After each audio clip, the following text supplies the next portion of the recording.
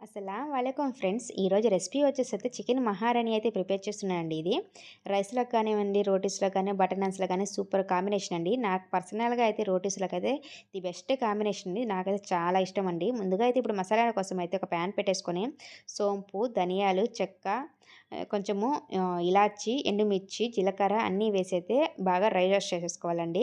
ఇవన్నీ మీడియం ఫ్లేమ్‌లో పెట్టేసి బాగా డ్రై రోస్ట్ చేసుకోవాలి. లేకుంటే ఇవన్నీ మసాలాలు మాడిపోతే టేస్ట్ కూడా మనకి చేంజ్ అయిపోతుంది. ఇవన్నీ గూడా ఒక మిక్సీ జార్‌లోకైతే వేసేసుకోవాలా. ఇలా మిక్సీ జార్‌లో వేసేసుకొని అయితే పక్కన పెట్టేయాలండి. ఇలా మెత్తగా మిక్సీ పట్టేసుకోవాలా.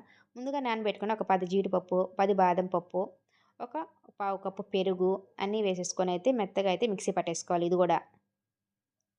ఇలాగ మెత్తగా మిక్సీ పట్టిన తర్వాత కడాయి పెట్టేసుకొని గ్యాస్ మీద, ఆ కడాయిలో కొంచెము ఆయిల్ వేసేసుకోవాలా.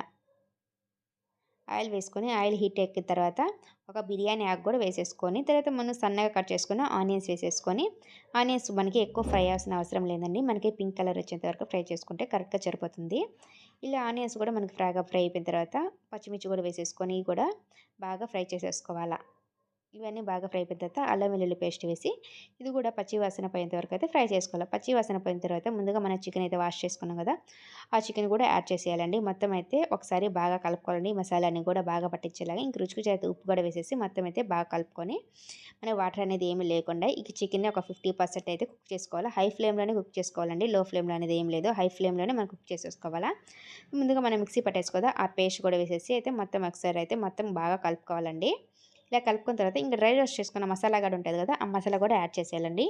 ఇది కూడా వేసేసి మొత్తం అయితే ఒకసారి బాగా కలుపుకొని మీడియం ఫ్లేమ్లో మూత పెట్టేసి అయితే ఇప్పుడైతే మీడియం ఫ్లేమ్లో పెట్టేయాలండి.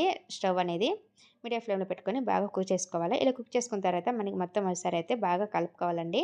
ఇప్పుడు మనకి గ్రేవీ కన్సిస్టెన్సీకి ఎంత వాటర్ కావాలో అంత వాటర్ అయితే యాడ్ చేసుకోవాలండి. ఈ మొత్తం వాటర్ యాడ్ చేసేసి ఒకసారి బాగా కలుపుకొని మూత పెట్టేసి మీడియం ఫ్లేమ్లోనే కుక్ చేసుకోవాలండి. స్టార్టింగ్ అయితే మనం హై ఫ్లేమ్లో పెట్టుకోవాలి. ఇప్పుడైతే మీడియం ఫ్లేమ్, లో టు మీడియం ఫ్లేమ్ పెట్టుకోవాలండి. మనకి గ్రేవీ అనేది కొంచెం థిక్‌గా వచ్చేసింది కదా, ఇప్పుడు ఫైనల్‌గా కొంచెము కొత్తిమీర కూడా యాడ్ చేసుకొని క్రష్ చేసుకున్న కొంచెం కస్తూరి మీద కూడా యాడ్ చేసుకోవాలండి. ఇవన్నీ కూడా యాడ్ చేసుకున్న తర్వాత మనము ఒకసారి బాగా కలుపుకొని ఒక పావు కప్పు లేదా ఒక హాఫ్ కప్పు గానీ మనం ఫ్రెష్ క్రీమ్ అనేది యాడ్ చేయాలండి. ఫ్రెష్ క్రీమ్ మొత్తం యాడ్ చేసుకున్న తర్వాత ఒకసారి బాగా కలుపుకొని ఒక 2 మినిట్స్ అయితే కుక్ చేసుకుంటే మనకి ఆయిల్ సెపరేట్ అయ్యేంత వరకు కుక్ చేసుకుంటే మనకి చికెన్ మహారాణి అయితే రెడీ అయిపోయింది. చూసారా చాలా ఈజీగా చేసేసుకోవచ్చండి. చాలా సింపుల్ మెథడు. ఎక్కువ ప్రాసెస్ కూడా ఏమి ఉండదని చూపించారు కదా, నా స్టైల్‌లో అయితే ఒక్కసారి చేసి చూడండి. రైస్‌లో కానీ, రోటీస్‌లో కానీ సూపర్ ది బెస్ట్ కాంబినేషన్ అండి. మన ఛానల్‌ని ఎవరైనా ఫస్ట్ టైం చూస్తుంటే సబ్స్క్రైబ్ చేసుకోండి ఫ్రెండ్స్. అలాగే ఒక లైక్ కూడా చేయండి ఫ్రెండ్స్. బాయ్.